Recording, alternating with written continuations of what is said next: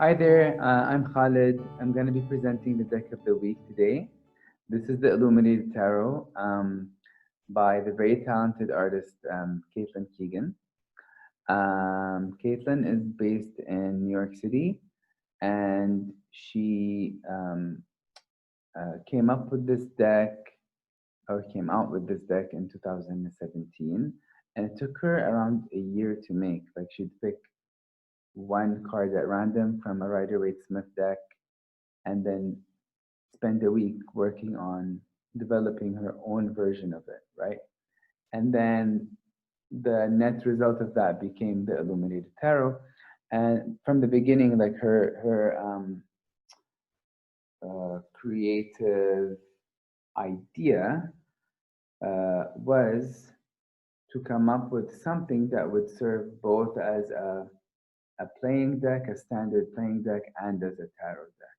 Okay, and so that's quite a challenge considering that the standard playing decks, which are modeled after the French style playing decks that developed in the late 14th century from the Mamluk cards of Mamluk Egypt that predated them in the 13th century.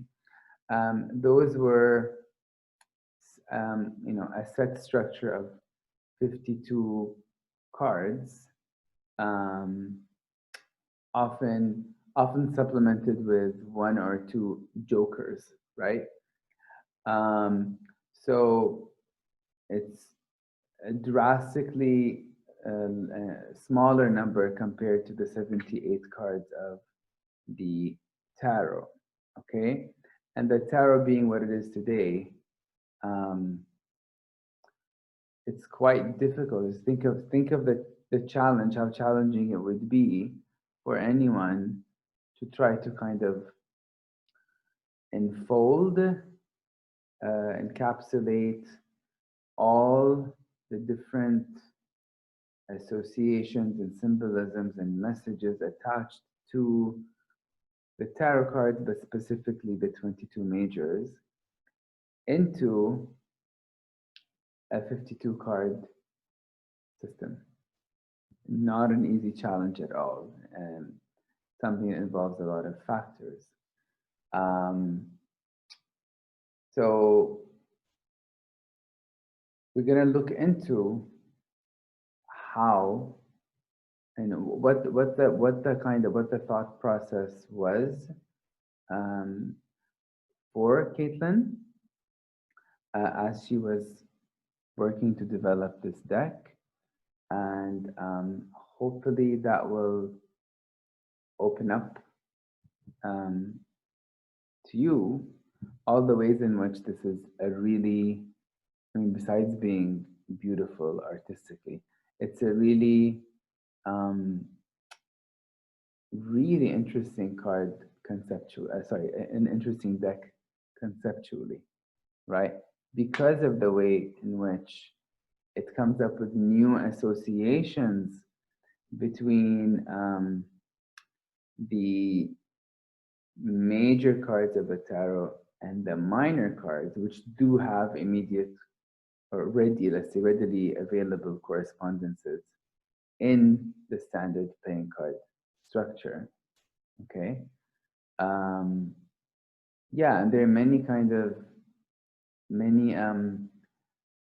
reinterpretations, reimaginings that are specific to the artist's approach to the tarot, which is something that she's gained from her own work with the tarot and her own reading. So as far as originality, I'll venture to say that this is probably one of the most original decks that you will ever encounter. Several factors were involved in the choices that Caitlin ended up making for which minor card to assign to which major card. So among these were the links between the elements of the suit concerned, and the trump that was being considered. So for example, in the deck, the king of clubs is the magician, the traditional tarot is magician. And the part of the rationale for that is the link between um, clubs, the suit of clubs, fire, and the link between fire and the magician as interpreted by the artist, by Caitlin Keegan. And of course, then there's the rank of king, which kind of symbolizes a very high level of power. So yeah, so we have the suits element, the elements of the suits as a factor, as a key factor in her decisions, and then certain correspondences between the majors and the minors that she picked up from a book written by a well-known tarot scholar, Rachel Pollack, and that book is called Tarot Wisdom. And another factor which played a key role in her decisions is really fascinating, and that is numerology. And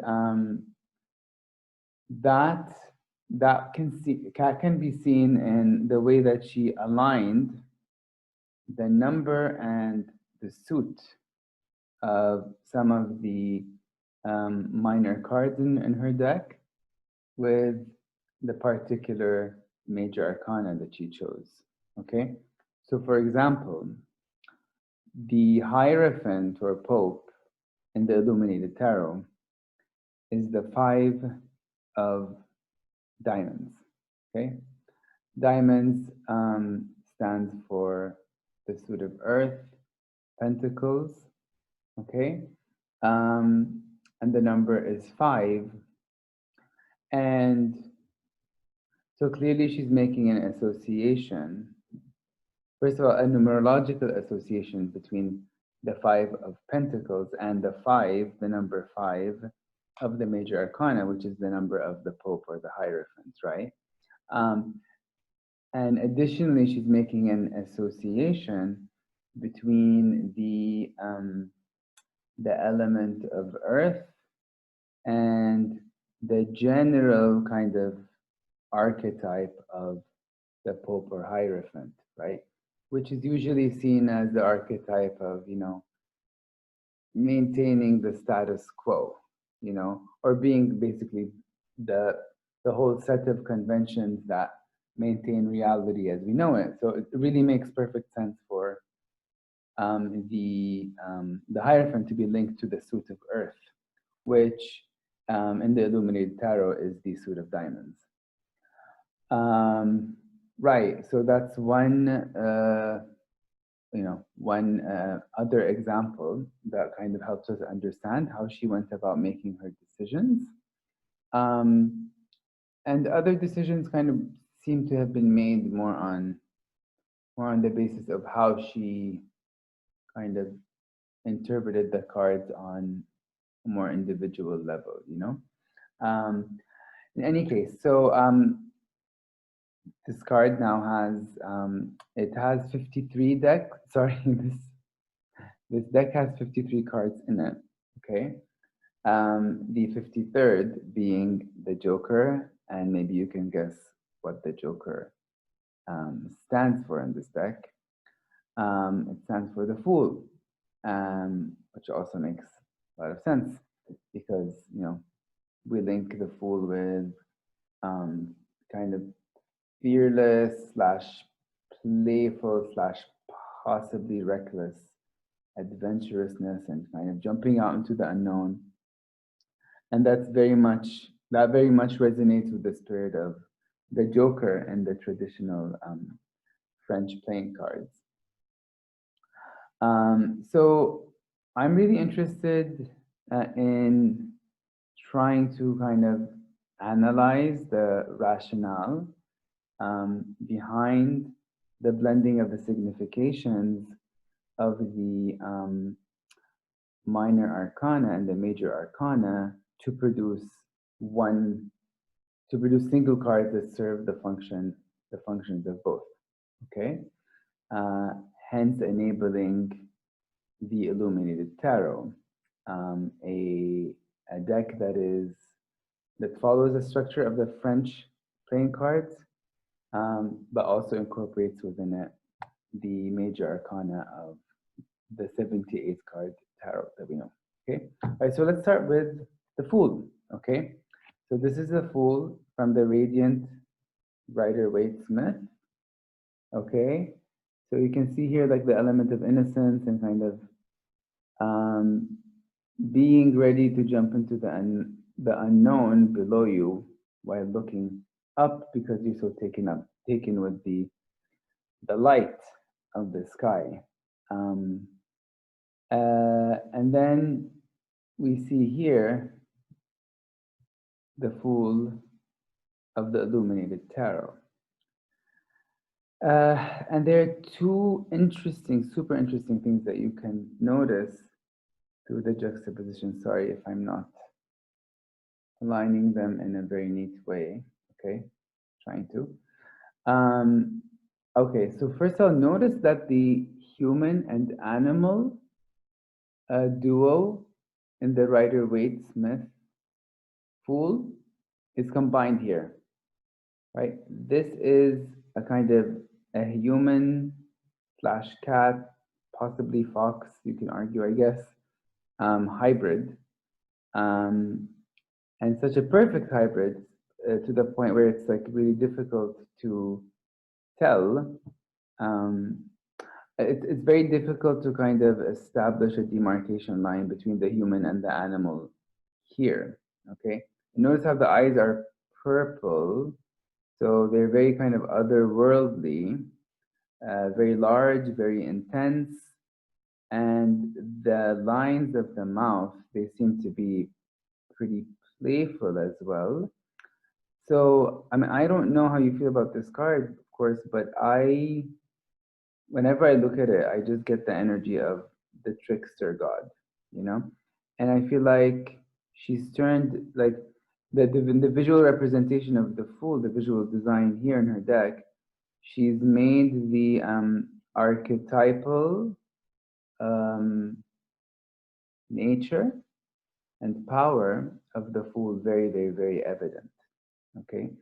And besides the intense combination of human and animal, you have the fact that this is an irreversible card. It looks the same, whichever way you turn it. That's clearly a very deliberate and intricately executed decision. And for me, at least, it just kind of, it gives the card a very, or I should say it emphasizes the archetypal energy that is already there in the RWS Fool, but it just makes it more kind of, it gives it kind of center stage, let's say, okay? So I really love this reinterpretation of the Fool. You know, she's combining the dog who is at the Fool at the man's heels with the man himself, and basically in doing so, she's also combining animal instinct with a human mind or consciousness, and she's coming up with something that is both. Sorry, that is both. Bad coordination. Something that is both, and maybe more than each. Either would be alone. Okay. All right. So that's it for the Fool. Now moving on to the Magician. Okay. All right. So before we get to the Illuminated Tarot's Magician. So this is the Magician juxtaposed to the King of Wands, and the reason I'm juxtaposing them together is because the King of Wands is working here as a kind of the stage of transition, right, between the Rider-Waite-Smith Magician and the Illuminated Tarot's magician, right? Remember that the Illuminated Tarot is all about folding the major arcana into the minor arcana, and the position of king and the suit of wands has been maintained in the Illuminated Tarot. So naturally, this king would correspond to the king of clubs in a default scheme, right? She has chosen to um, assign the king of clubs in her deck to the magician. So clearly we can tell if we juxtapose these cards together, right, and think about what types of links they might have that would allow this card to work as the bridge, right? We see this red fire and we see them holding wands, and we remember that fire out of all the four elements is the one that is most closely linked to spirit and that magical spark of life, right? Um, so yeah, so very much I feel like the artist was mindful of the correspondence between the magical energy of the magician and the magical energy of the King of Wands. And that correspondence, or her awareness of that correspondence, motivated her to make that decision and led to this. This is the Magician in the Illuminated Tarot by Keegan. Okay, notice how he has all of the four elements displayed: the wands, the cups, the swords, the pentacles. Notice the wildness of the hair and the face. Does it look like a totally human face? I don't think so. It looks like a kind of a humanized cat, a cat with human features. Which is interesting because it also evokes the Queen of Wands, who has the cat sitting, well, basically at her feet. Yeah, so another kind of suggestion that magic lies along the lines of kind of hybridization or communication between human and animal, and that's a suggestion that we already saw in the Fool card, right? It's like it seems to be a kind of like crossover that is associated with an archetypal type of energy, right? Something beyond pre-established categories, human on one side, animal on the other, you know? Once they merge, they become something more. And this is, this card really interests me because on the one hand, the fact that it's not reversible, it just looks the same, whichever way you flip it, it just looks the same, okay? The fact that it's not reversible is a reflection of the traditional design of the French playing cards, which date to the late 14th century, by the way, but they were derived from the Mamluk Egyptian cards, which first arose in the second half of the 13th century. But not to digress too much. So we can see that it serves the function of like this irreversibility, right? This mirroring. It serves the function of duplicating the design, the visual design of the court or face cards in the 52 card French playing card deck. Okay, so there's that logic of just kind of, you know, duplication, mirroring, you know, but also it just, this is how I feel about it, at least. It just really emphasizes the archetypal character of the magician.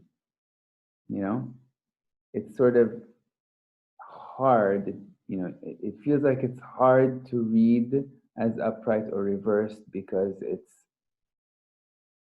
its size as an archetype makes it ambiguous. I guess that's where I'm going at. Okay.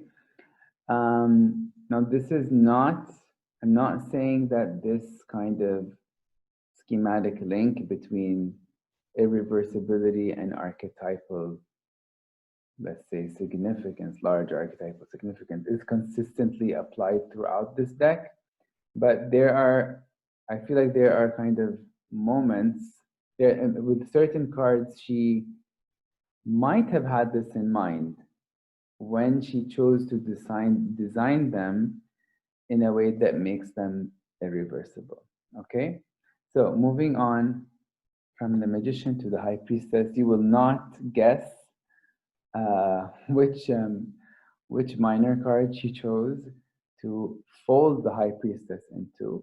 Okay, so no, actually, before we get into this High Priestess, okay, let's look at the High Priestess and the other significant card from the Rider-Waite-Smith. Here we have the High Priestess on one side and the Two of Pentacles on the other.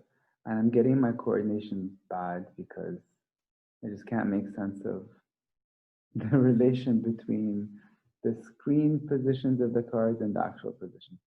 Anyway, so bear with me. So we have two in Earth, a duality that is expressed clearly in Earth, okay, and the Earth suit. And then we have the duality, which just seems to be more spiritual and mystical, of the High Priestess. We can see her in the middle position she occupies between these contrasting pillars, right? And a traditional interpretation of the High Priestess is that she embodies duality and all of the philosophical complications of duality. And if we just go with, if we tie the concept of duality, okay, with the themes, with the element of Earth and with the theme of kind of vacillation, trying to arrive at the right choice, or to settle on like a particular idea, right? After a back and forth process between two alternatives, right? So, I mean, we can see that dynamic going on clearly here, and we can see it going on clearly here. And what she does in her deck is she folds them in together, and then we end up with a High Priestess who is the Two of Diamonds / Two of Pentacles, right? It's very suggestive because look at the contrast between the yellow and the purple. It basically marks out two psyches within one. So it's clearly kind of moving the theme of kind of juggling, vacillation, weighing option A against what option B and vice versa. It's really moving that whole dynamic beyond the realm of earth and material considerations, okay? Which leads us to the question, why did she choose the suit of diamonds / pentacles / earth for the High Priestess? And one possibility that I'm that I'm taking seriously is the sort of duality that you experience just in being embodied, right, as a human being, like feeling yourself as both mind and body, spirit and flesh, right? So I can see the High Priestess in this tarot / playing card deck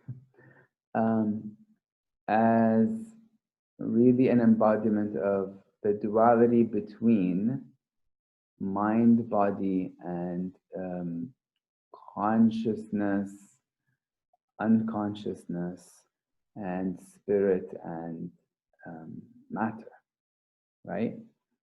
Am I giving it a more significant, a more like esoteric and deep interpretation?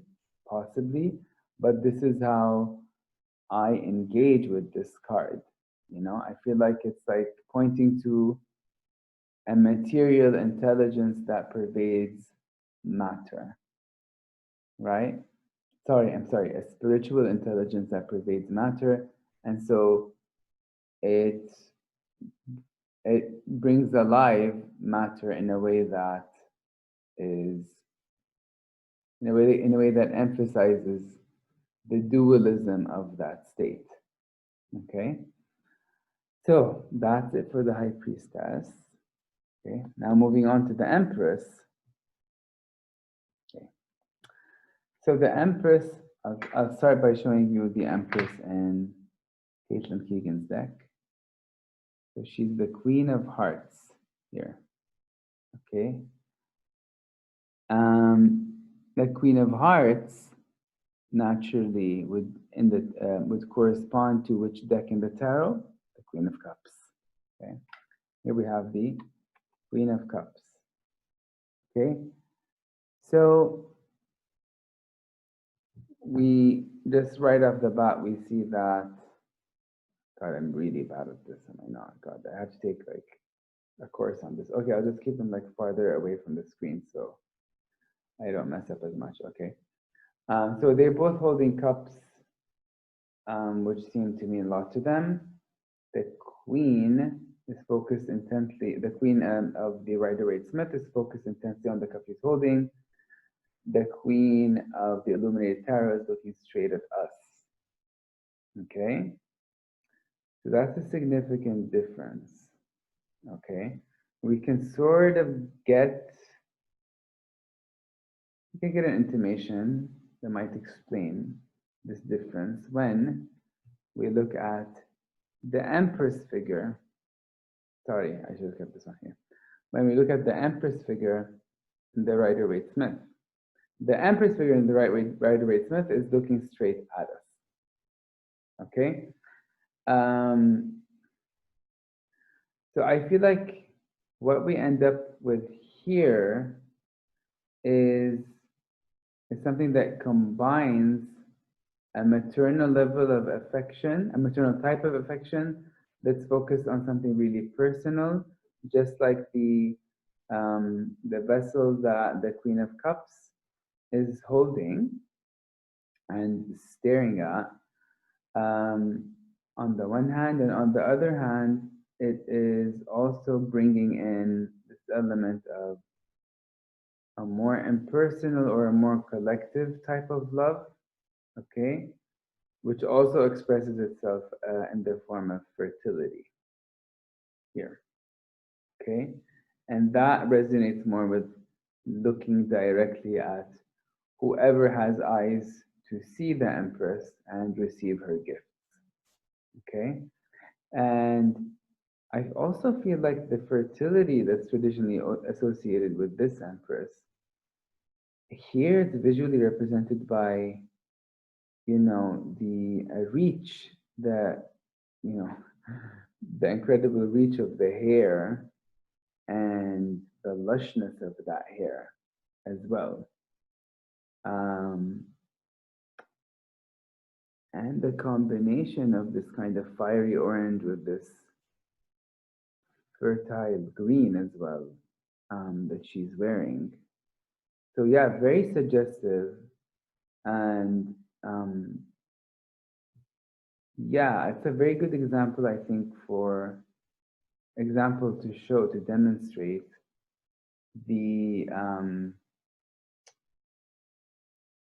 like the factors upon which she based her decisions, and also the thought process or the imaginative links that led her to the decisions she made.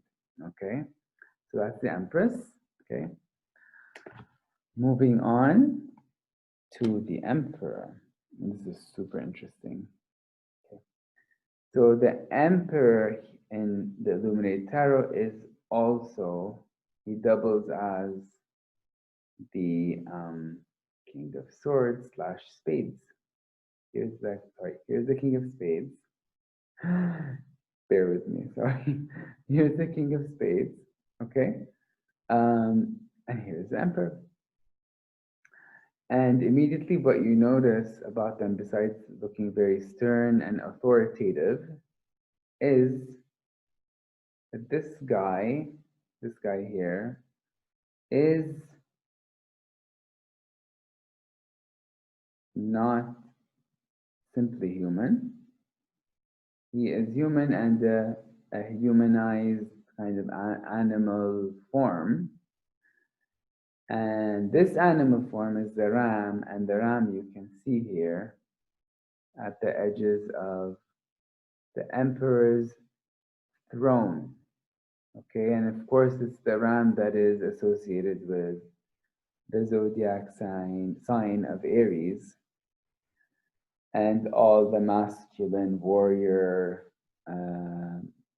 connotations or characteristics linked to that sign.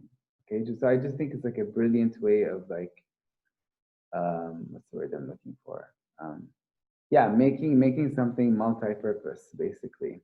Okay, like this is, I feel like one of the most multi-purpose cards in the deck, and I think it's genius.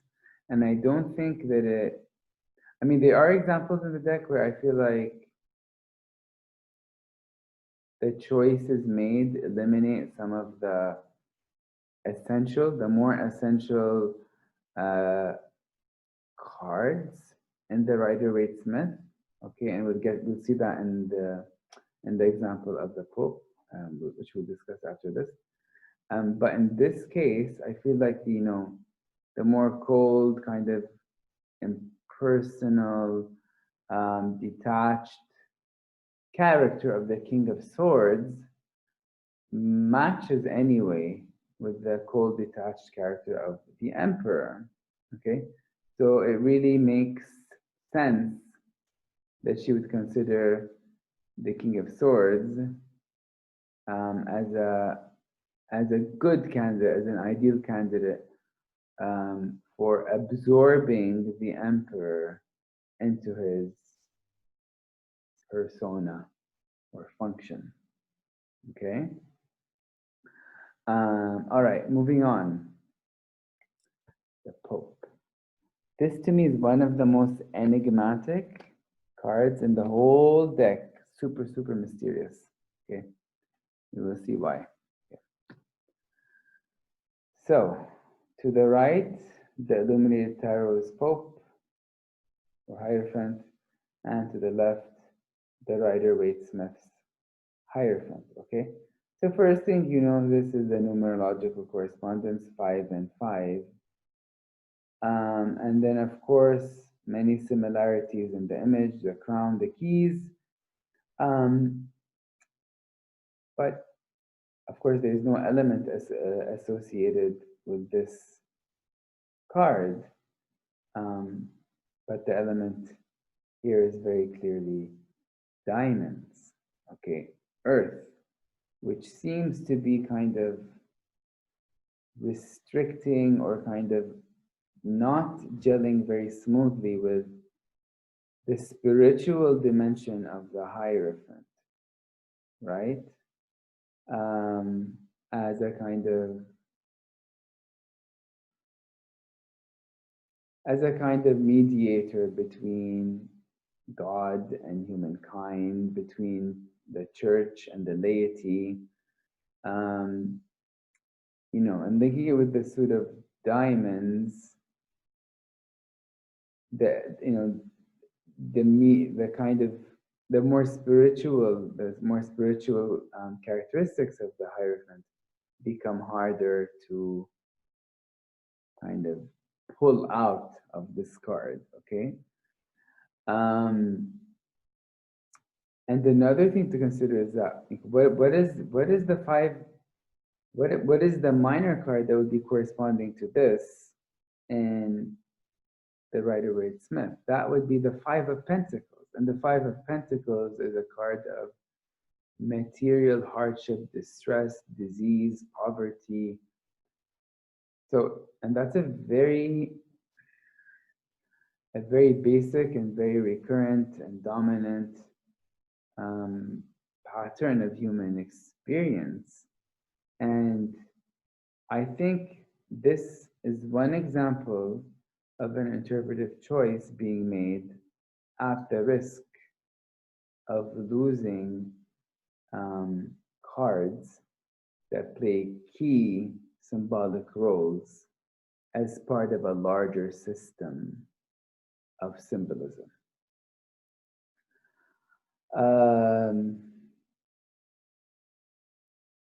I mean, having gone through the entire Illuminated Tarot deck and used it several times, I haven't seen a card that screams material hardship, difficulty, like the Five of Pentacles does in the Rider-Waite-Smith.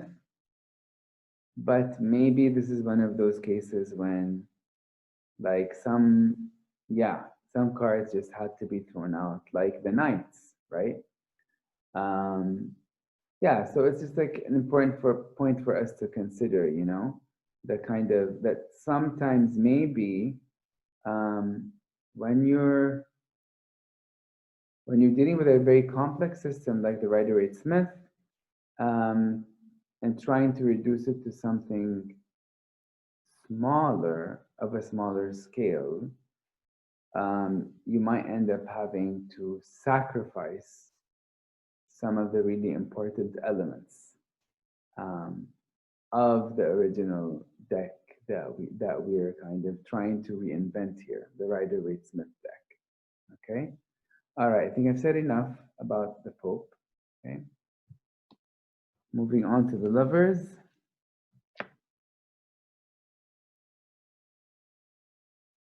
Okay. So here again is a very imaginative reinvention of the Lovers. Okay, because what I see happening here. Two things.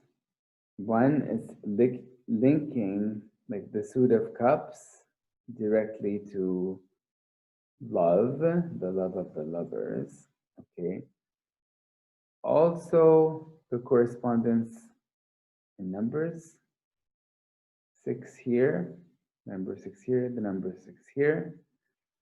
Another thing is that the design of this card makes it virtually impossible to mark out a dividing line between the personalities or consciousnesses involved in this amorous or romantic relationship. Okay. And I see it sometimes as like, it's as if like the third eye, the angel here has been folded into the middle eye here and brought down to become a kind of a transition link between the eye on the left and the eye on the right. Okay, so now it's no longer a kind of a higher consciousness mediating or supervising or facilitating the sort of soulmate connection. It's like the soulmate connection can be sensed and pursued on an individual level directly without the mediation of fate as represented by the angel, who is much higher than the humans here. You know, I just think it just gives you so much food for thought. Besides being like a really beautiful design, just notice how intricate it is. Amazing. Yeah, so I'll stop here with the Lovers card so that we don't lose too much time. I'm pretty sure I'm going way over time anyway. Let's move to the, you love this. Let's move to the Chariot, okay? So before I show you the Illuminated Tarot's version of the Chariot, let me show you the two cards from the Rider-Waite-Smith that Keegan blended together in order to create her version of the Chariot, okay? So what she did was she took the idea of a kind of a triumph that is gained from stepping out of zones of permission or zones of comfort, okay? And the idea of triumph gained by just charging ahead into the world with the spirit of a warrior, okay? So she blended these two ideas and she ended up with this Seven of Spades slash Swords. Okay, and notice what happens here, that the protagonists are no longer the charioteer. They're the animals carrying the chariot, and they've been set free from the chariot. Okay?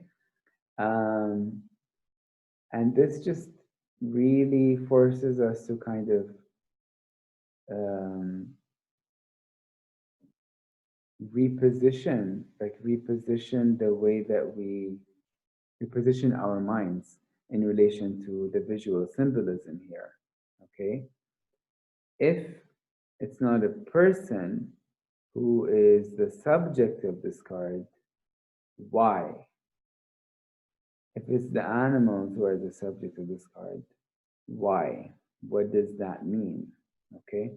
Now, Keegan had something really interesting to say about her choice of this card, and she said it by way of explanation, like the explanation of the process of assignment that she followed and the factors involved. Okay.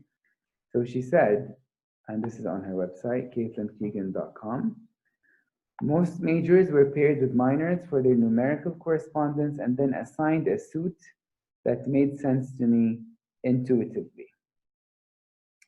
I referenced the Smith-Waite deck and also used Rachel Pollack's book Tarot Wisdom, which discusses correlation between majors and minors. Example, Seven of Spades slash the Chariot. In the Smith-Waite deck's Seven of Swords, a man appears to be stealing swords. His expression indicates that he's getting away with something. To me, this indicates a breaking of rules, while the Chariot indicates victory. In the Illuminated Tarot, the horses have broken free of their gated enclosure. Some may read this card from the point of view of the horses, and others from that of the barn owner. So the card could indicate either triumph or loss as a result of breaking the rules. I just think that's brilliant. So this is definitely one of my most favorite cards in the deck. I feel like I just love how it, kind of pushes the viewer to expand the conventional understanding of what it is to be human and which species occupies the center stage on this planet, you know? So Seven of Spades. I'm gonna continue. Just so we don't get into a rude surprise. I had initially thought of going through all of the 22 major arcana in the Illuminated Tarot, but as I was afraid that it would turn out to be, it's quite an elaborate task. So I'm gonna move to split this presentation to another week so that this doesn't take so long. Okay, so I'll just stay until we cover card 10, the Wheel of Fortune, and then for the next episode, I'm gonna go ahead until we we reach the world and complete the whole series of trumps. Okay, so now we get to strength. Okay, I think you'll love her choice. Okay, so this is strength in Keegan's deck. A lion who is human and biting down on a single wand. A lion who's very much alert, very intelligent, very intense. Okay, like you might expect a kind of smart, vigilant, ready to fight person could be. Okay, biting down on a wand. Okay, so he's neither animal nor human, and he is wielding, gripping slash wielding slash controlling a kind of a singular, possibly uniquely intense source of power. Okay, and very clearly, this card was inspired by her combination and mutual association of these two cards, the eight card, the eight strength, and the ace of wands. Okay, now think of this as what Crowley would say, the root of the powers of fire. And this is the fiery energy that is kind of being circulated between the human woman and the lion, right? Combine them both, and then you end up with this. I just think it's brilliant because it sort of condenses all of these different elements of the story that are going on in the card's strength. It really condenses them in a very efficient and suggestive way. The human is with the animal and the primal source of fire, which is the ace of wands. Here also the ace of clubs. Okay, yeah. So one of my favorite cards in the deck, hands down. Okay. Now we get to this one. I'm pretty sure will surprise you very much. The Hermit. Okay. Before I show you Keegan's version of the Hermit, I'll just show you the two cards that she chose to blend in order to come up with it. Oh, not these, sorry. Here, just give me a second. Yeah, there we go. All right. Okay. So right off the bat, you can see two things, two elements in common between these two cards, particularly if you know the traditional astrological signification attached to this card by the Order of the Golden Dawn that produced the first English language tarot, which ended up becoming the Rider-Waite-Smith. Okay. So in the Golden Dawn system, the Hermit is not just the Hermit, he's also the zodiac sign of Virgo, which is mutable earth.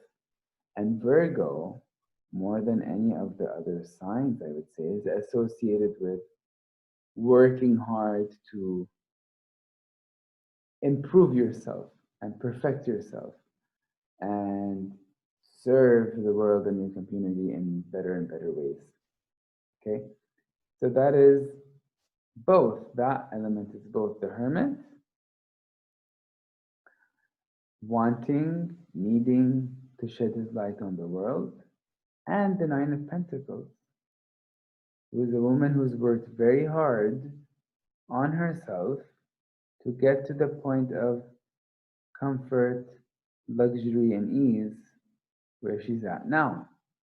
Okay, so it's sort of, I mean, on the one hand, it's a kind of a smooth match to make, and on the other hand, it doesn't feel too smooth because this is an intensely spiritual card, and this is much more materialistic slash sensual. Okay, just keep that in mind now before I show you the card. Okay, this is the Illuminated Tarot's Hermits. Yep, probably the most alien card in the deck. Okay, now if you focus on the eye, it just immediately strikes you. I think I would assume I'm just kind of projecting here as something like the eye of providence that stares out at you from the single dollar US bill, from like Freemasonic symbols. Equally as striking is what's surrounding this eye. You see these very elaborate spiral-like forms that evoke kind of galactic formations. And they make you feel like that the eye is going in this like circular, mysterious circular motion among these, or as part of these galactic, stellar, definitely non-earthly formations, right?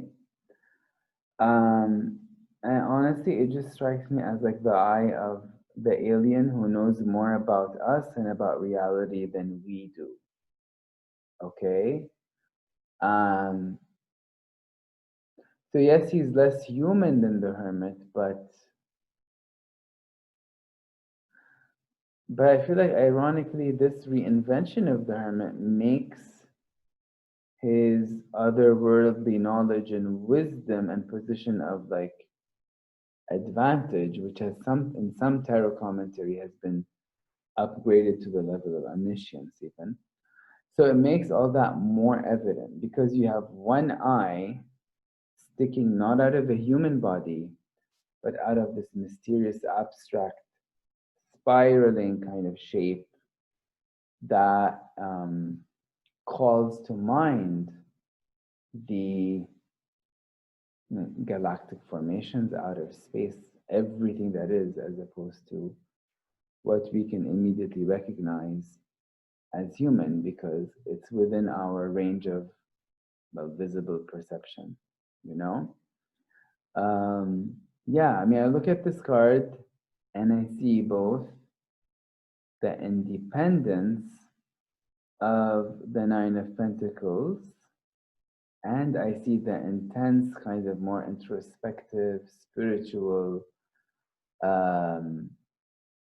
let's say, self-exploration or isolation of the Hermit.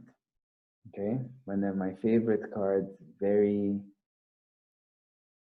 ambiguous and very evocative because it is ambiguous. Okay, moving on to the final card of this part of the series, I should say of the two-part series maybe. Okay, the Wheel of Fortune. Now the Wheel of Fortune seems to be, it's like one of those cases where there's like the Fool, one of those cases where there's no minor card involved as a kind of, as an additional bridge, let's say, okay?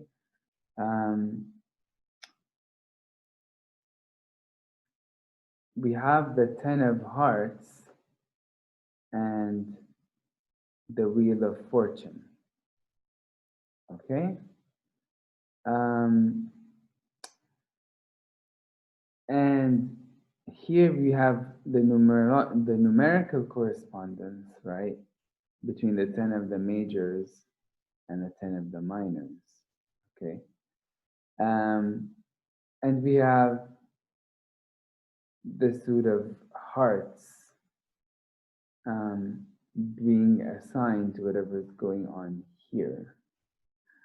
And I don't think it's the smoothest association because the Wheel of Fortune is just so much greater than matters of the heart and feelings. Okay? Even in the more spiritual dimensions of these feelings, I feel like the Wheel of Fortune is about many more things.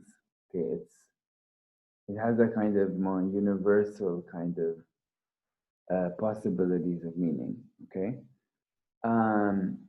but what's working in favor of this choice of the Ten of Hearts as a stand-in for the Wheel of Fortune? What's working in favor of that choice is the fact that 10 is a completion number.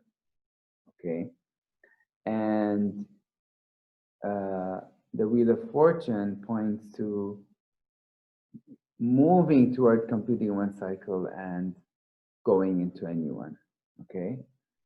And then if you look at the design, right, you have the same circle formation and you have the animals of the zodiac taking the place of the Sphinx and the serpent and her manubus.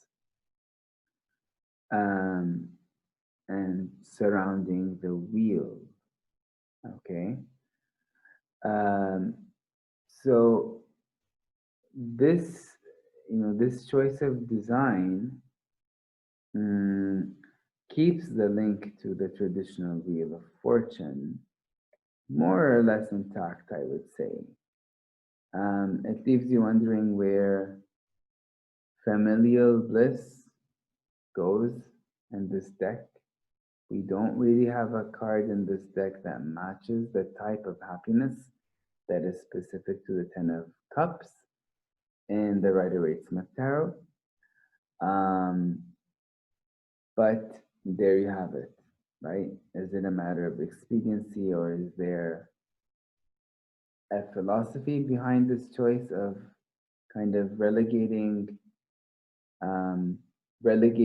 to the Ten of Cups to the background, or just like shoving it to the background? We won't know unless we talk to the artist herself. Okay. But anyway, I'm gonna stop here so that this doesn't run forever. And I I will be covering the other 10 cards. I should say, no, sorry, the other 11 cards in the sequence on the next episode of the Illuminated Tarot by Keegan.